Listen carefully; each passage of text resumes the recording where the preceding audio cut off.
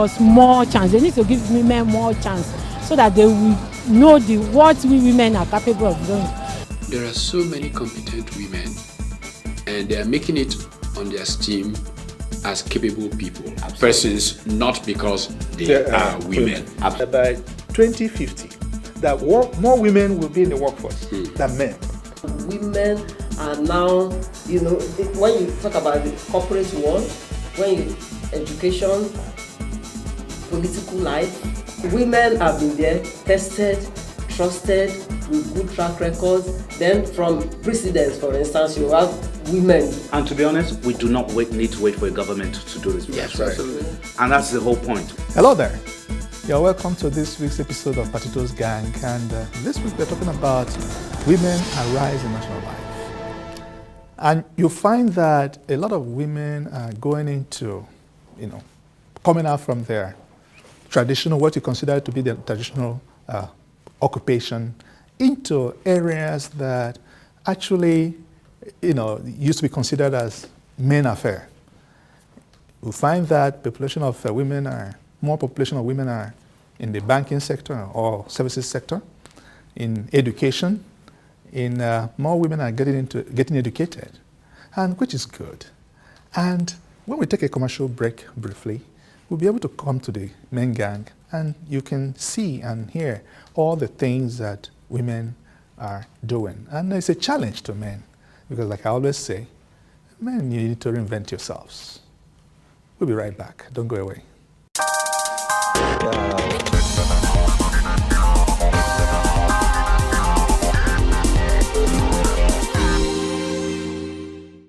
The women are not giving them enough this thing in the political aspect.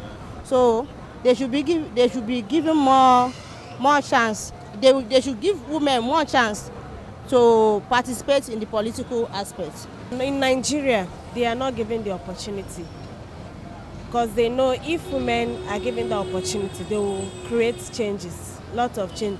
So the men don't want that changes. That is what I feel. They don't want it. When that changes comes, in the near future, women won't even allow men to take over them. They are trying, but they need to give us more chance. They need to give women more chance so that they will know what we women are capable of doing. You can see all the positions held by women in Nigeria, and you can see how good things are coming out of it.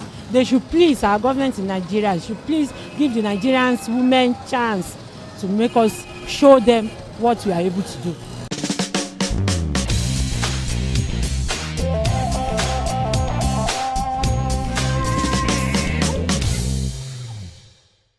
Hello there. You're welcome once again to Patito's Gang.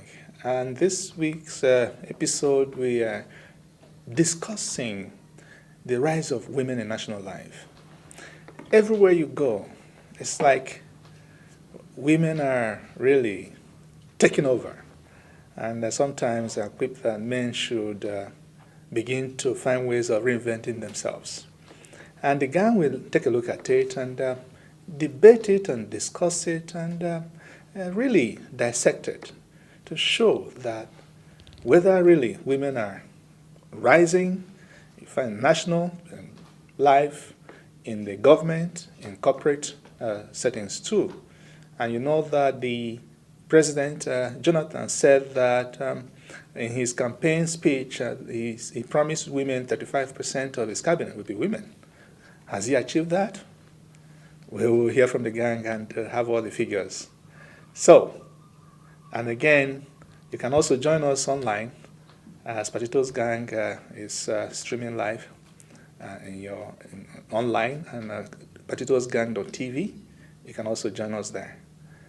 So, gang, the rise of women in national life. Well, Austin, let me begin. No. I want to begin by disagreeing with the spirit of how you introduce this matter. Yes. I think it is unfair to have a gender that still contributes less than 20% and talk about them taking over. It is not fair. Yes. It is not correct. The thing is that some progress is being made, which is appropriate. More indeed needs to be made. But it's also not fair to couch this discussion in terms of patronizing women. Yes. I think that it is not a matter of, oh, you know, we're being nice enough, we allowed so many women.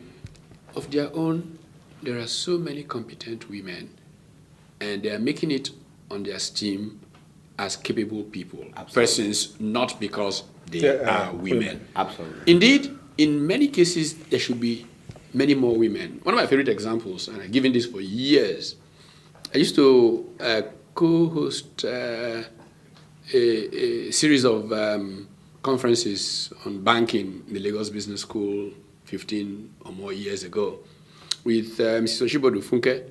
Yes. And I used to make a point, not in her presence, I used to make sure I wasn't around when I made that point, that I thought Funke was one of the best treasurers in Nigerian banking. And the reason she was very simple. You see, during the boom days in the 90s, yes. I've told this story 1,000 times. There was a friend of mine who I stopped introducing in public. I was, this works for Central Bank. He said, no, I don't work for Central Bank. I work for First Bank. I said, oh, sorry. 6 weeks later, I'm introducing him. My friend works for First Bank. He said, no, I'm with Fidelity now. True story. Not, within 5 years, he had become general manager, and something happened, then he left Nigeria. He lives in the US today. Now, most women did not feel the kind of social pressure that men felt to earn more and all of that. So most of them stayed in one place and they learned banking. If we are really, really honest, 60-70% of the banks should be run by women.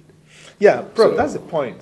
If you check the population of our universities today, in most schools, you find that even in the Southeast particularly. Yes, more women are going into education, getting more educated.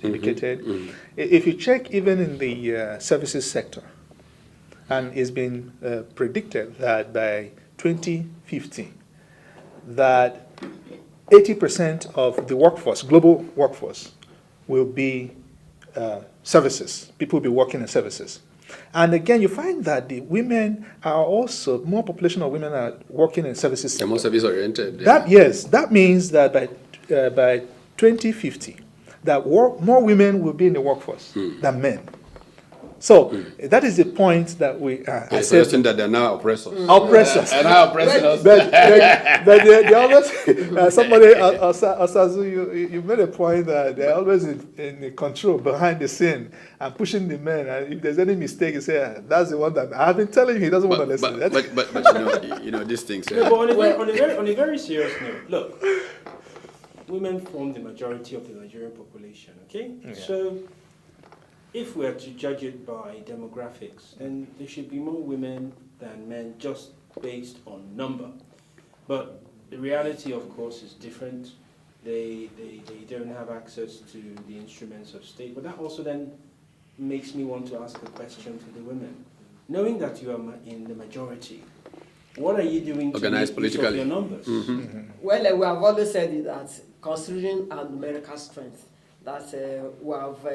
Anon said everywhere all over the world, women speak the same language, silence. But we have broken that culture of silence. And women are now, when you talk about the corporate world, education, political life, women... Activism, don't forget that.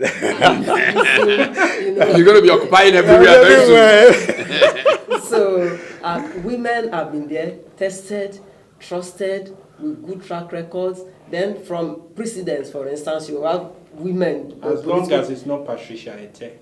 Well, even women that are disappointed, although Patricia Ete was eventually exonerated from all the. But even women, even some of them that go to some hospitals to be given 6 months, to spend 6 months and everything. I mean, when women err, we come out and we condemn such acts. But when they excel, we try and encourage them. That's right. So, but this government, during President Goodluck Jonathan's campaign, he talked about 35% affirmative action. We are coming there, although it's moving at a snail pace. But I want to assure you that where you put women still have that, they still they're more committed. They still remain the lubricants for the survival of any nation. Yes. Put them anywhere in any nation's national life, in their political life, you see that they always excel.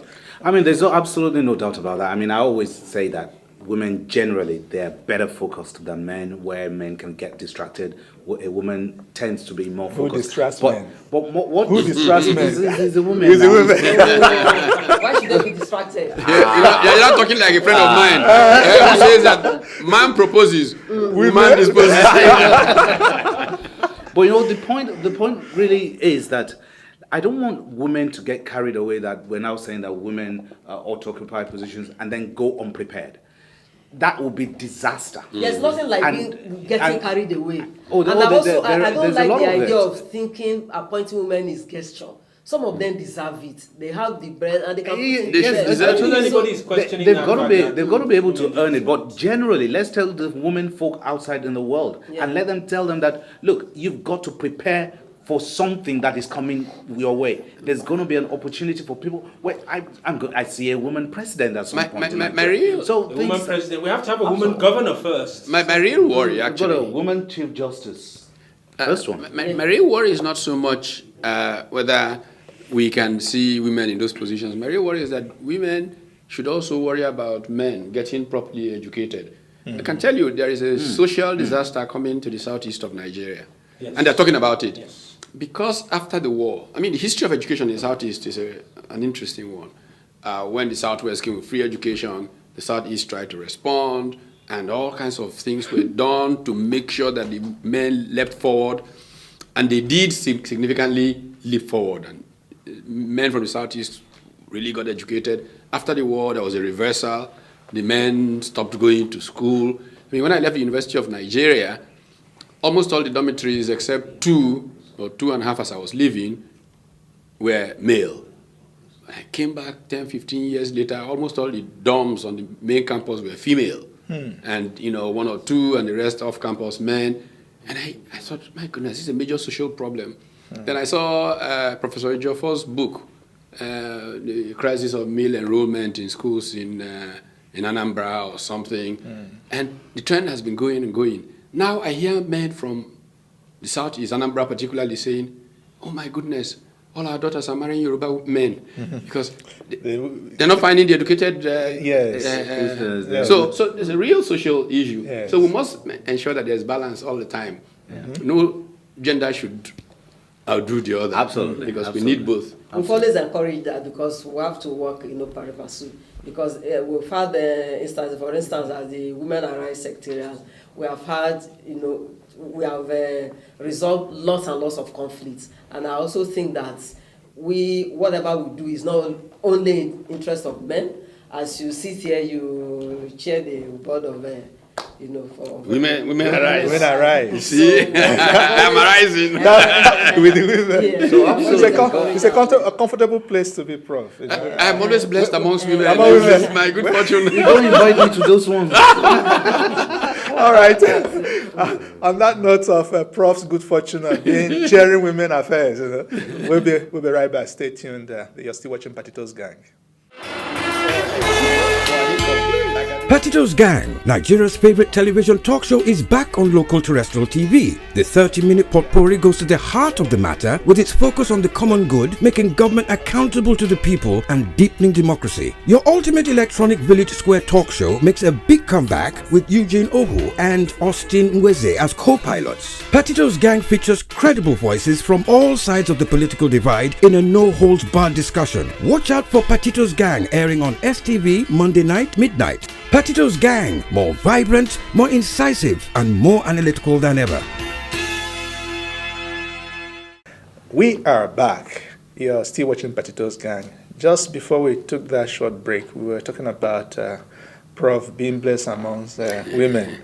And, but really, in the hard areas, simple things like photography those days, you find that, men used to take over that, dominate that sector. But now, everywhere you go to, you find that they're almost at par with the men, women, photographers, and all that. and they have women mechanics, and talking about lady mechanic and Sandra and her team. Airline pilots. Yes. You know, the couple of captains of airlines that are female. Yes. You know, Yeah. I know Aero has some. That's I know Arik has some, and you know. So I think that it's good that we're seeing progress in those areas. We should stop having taboo areas. Absolutely. It used to be that if you saw a woman in engineering, you went, eh? Oh my Yeah. God. In engineering. Engineering. Now there are women all over in engineering. Fortunately, one of my daughters is an engineer. You know, we need to encourage women not to see any area as taboo. You know, because hey, Now, you know, talking about you know, women, especially mechanics, women mechanics, and the work that Sandra is doing, the lady mechanic is doing, is quite commendable. You know, some of these car companies, Tata has, you know, invested in training about a few women in that. A few years ago, you wouldn't dare. I mean, a woman mechanic who. But you see these young But it women. depends on your mentality. I wouldn't care whether the mechanic is a woman. All I care about is, can you do the Competence. job? Yeah. Can you do If you it? can do the job, I don't care what your sex is. Yeah. Competence. but you just get used to seeing certain things. I remember when I first went to grad school in America in the 70s, and the boss, the campus boss, woman, hey, bus driver, woman, you know. Yes. But now it's. We No, haven't, but we haven't again- seen the woman down for driver yet. Oh, we have. No, we have. Oh, yes. Oh, I've mixed No, up. even in Rivers State. I even know one of the first ones personally. In Lagos? In Lagos, yeah. I mean, But they we didn't went to drive school Molue. together. They never drove Molue. But I know of Danfo. No, but there was a uh, program that the governor of Rivers State introduced, and some of the cabs in Port Harcourt, for instance, are driven by women, and they deliver 7,000 a day, and then they'll close at the time that they want, Yeah. and look after the family. You know, it's easier to give a There woman are a tip. women are more committed when it comes They to get that. more tips. They get more tips. I mean, So if they you can recall- deliver. That's the If you problem. recall in Bangladesh, Yeah. what Professor Yunus set up, Yeah. they noticed that when loans The are Grameen given Bank. to the women, they always pay the Paper. loan. Yes. Yeah. Uh, But it's, you know- it's really a matter of social organization. It's social Women are more organization, that's built into social networks that make them self-supporting. I was in Bangladesh earlier this year, and I went through the Yunus one is remarkable, but even more interesting is the BRAC initiative. It's a bigger initiative that reached into very low areas. And what they used to do with those women is they would not even give them cash. They would give them assets, as they say. Number of cows, number of these things, faithful to the core. And you see them, I went to meetings, they were sitting on the mats, everybody will gather, and somebody bring out a book meticulously. You've paid so much, yes, what's next, what's the problem you had in your destiny? I was amazed. It's a social organization. Yeah. And to be honest, we do not need to wait for a government to do this for Yes, us. absolutely. And that's the whole point. We really don't need. And I think that women, you know, they have the Midas touch. Anything Yes. they touch, you know, there's and even why Prof was talking Let's about believe that. yeah. You know, why he was talking about the banking sector. You know, a lot of them have been there, and that was why when about 5 of them exercised their reproductive rights, you know, sometimes they were laid off after their maternity leave. They were not allowed to resume again. No, That's a challenge. That's we had uncalled to for, to fight be it honest. out. You No, know, no, no, outside but because- there are many such terrible practices in management in Nigeria. Some have had some useful effects. I don't know if I should say this on TV, but one of the more successful fast food organizations happened because somebody exercised her Reproductive right and was fired. Yeah. Yeah, I mean, I it's a should story say that they're friends of mine. The story's in the book. It's in the book. Folu It's in the Ayeni, book. yes, It's Folu in the Ayeni book, and his so- wife Bosse. Yeah. She used to work for, both of them worked for the same multinational. Yeah. And she had to do what a woman does, and Absolutely. it became a problem. And that's how she lost her position. The result tantalizes. And you find that again. Let me ask. I don't know if it's still the practice now. In the 90s and beyond, if a woman wants to borrow money from the bank, they usually ask for the husband's consent. I don't know whether it still happens. Oh, but, there's even worse. You know, in this country, I hope it's been changed. A woman didn't have the right to bail somebody, in court. You know, it was such disgraceful. Even to own land. My mom tried owning some piece of land in my village. Many years Was back. victimized. She was. She lost that land. The reason that she was supposed to buy goods and give to my dad to say Get his permission. Take his permission to do others. And then she didn't do that. And the land that she paid for was Taken away. Taken away. Her money was not refunded. Even from family members. Oh boy. My family members took over the land, say it's a family land. It's oppression. It's oppression. Pure and simple. And by the way, this in lots of practices like the so-called widowhood rights, these things kick in. A sad part of it, though, is that women are more responsible for inflicting those kinds of pain on other women than even the so-called with widowhood rights in an area that I've worked in for more than 20-something years. In 1991, I set up the Widow Support Center, a program that's still running, and maybe this is a good time to plug for something. The Widow Support Center has this initiative where they organize these widows to produce a number of things, and they're now beginning to brand some of their products. There's this groundnut that they call Giddy Nuts, produced by widows of the Widow Support Center on the web, Facebook and co. You probably see me advertising it, holding it up. So if you want to buy granuts, well done. Granuts, Giddy Nuts. Contact the Widow Support Center in Surulere. I think they're number 1 at Finney Street. Or whatever. I think they're on the net or whatever it is. Wow. And they can supply you every That's week. great. Then we also need to encourage women, because at times it's so nauseating. You see women politically, some of them, some of them are cheerleaders. They they will clap. They want to use them as spare tires. There are few that have exempt, but as much as possible, we have to encourage ourselves. And then the put me down syndrome thing. Although we won't say because somebody is a woman. I recall somebody who said one woman, one vote. That person went into a convention with some women. I'm sure the women did not vote for her because it was one woman, one vote. So we always encourage excellence, integrity, and then those who can deliver dividends of democracy. But we need to do a lot more politically. I think point really is the fact that women are now coming out. They shouldn't feel that, someone has victimized against them and shut off. And like the story you just gave about tantalizers, it's really a case of Napoleon Hill saying every obstacle comes with some difficulties attached to it. It has a seed of all right, so greatness in it. Yes, just a quick point because we have to go. Time is not our friend. Yes, Osas, can your last take on this, women?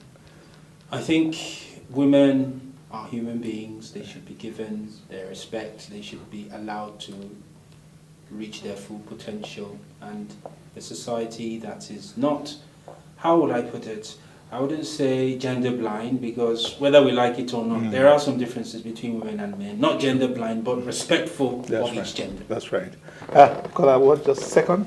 Just the same way that we want to give you the respect, please give that the respect. If you sub-optimize by taking yourself from using 100% of the population, you won't be as competitive as the population that uses 100% of its people. Okay.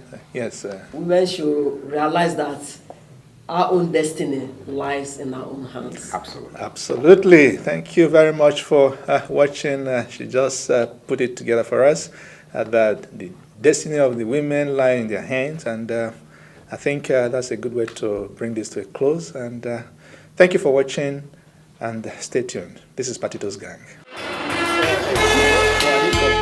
Patito's Gang, Nigeria's favorite television talk show, is back on local terrestrial TV. The 30-minute potpourri goes to the heart of the matter with its focus on the common good, making government accountable to the people and deepening democracy. Your ultimate electronic village square talk show makes a big comeback with Eugene Ohu and Austin Nweze as co-pilots. Patito's Gang features credible voices from all sides of the political divide in a no-holds-barred discussion. Watch out for Patito's Gang airing on STV Monday night, midnight. Patito's Gang, more vibrant, more incisive, and more analytical than ever.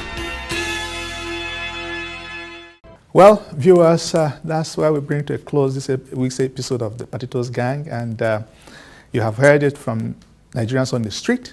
you have also heard from the main gang, that women are really coming up, and not because they are women, but because they merit it. They worked hard, and they're still working hard. And kudos to women, and they should keep up the good work.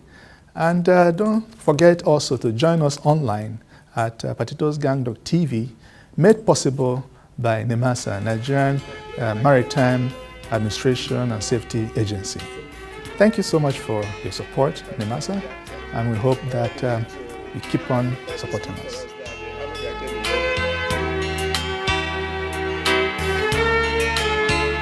It seems as if no one is in control.